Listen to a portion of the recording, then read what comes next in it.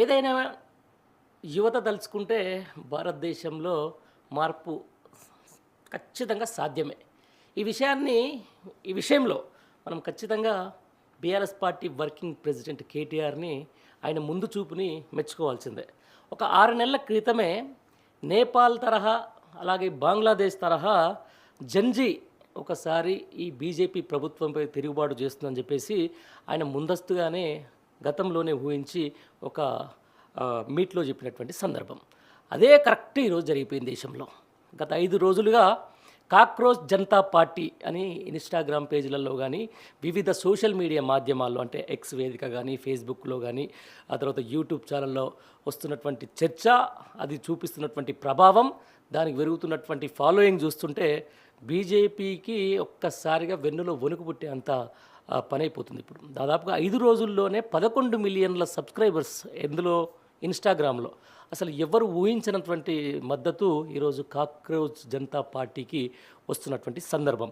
కేవలం ఇటు సౌత్ రాష్ట్రాల నుంచి కూడా దగ్గర దగ్గర ఒక 2 మిలియన్ల మంది సౌత్ రాష్ట్రాల నుంచి యువత ఈరోజు కాక్రోచ్ జనతా పార్టీని మద్దతు ఇస్తున్నట్టు వాళ్ళు సబ్స్క్రైబ్ కొట్టడం కూడా మనకు కొన్ని అనలిటిక్స్ తెలుస్తున్నటువంటి మాట. ఇక వేరియస్ కంట్రీస్ నుంచి, వేరియస్ దేశాల నుంచి అక్కడ మొత్తం బీజేపీకి ఉన్నటువంటి ఏదైతే ఫ్యాన్ బేస్ కంటే మించి ఈరోజు సీజేపీ అదే కాక్రోచ్ జనతా పార్టీకి రావడం చూస్తుంటే భారతదేశంలో మరో యువ ఉద్యమం, మరో యువ విప్లవం రాబోతుందని చెప్పేసి స్పష్టంగా తెలుస్తుంది. ప్రస్తుతం అయితే అది సోషల్ మీడియాకే పరిమితమైన, రానున్న రోజుల్లో సీజేపీ అనేది రాజకీయంగా గట్టిగా ప్రభావం చూపిస్తూ ఉంది.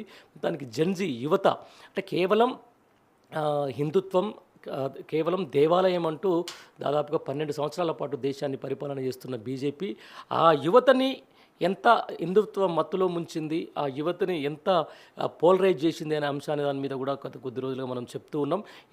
అటు BRS party working president KTR కూడా కొన్నిసార్లు చెప్తున్నటువంటి సందర్భం.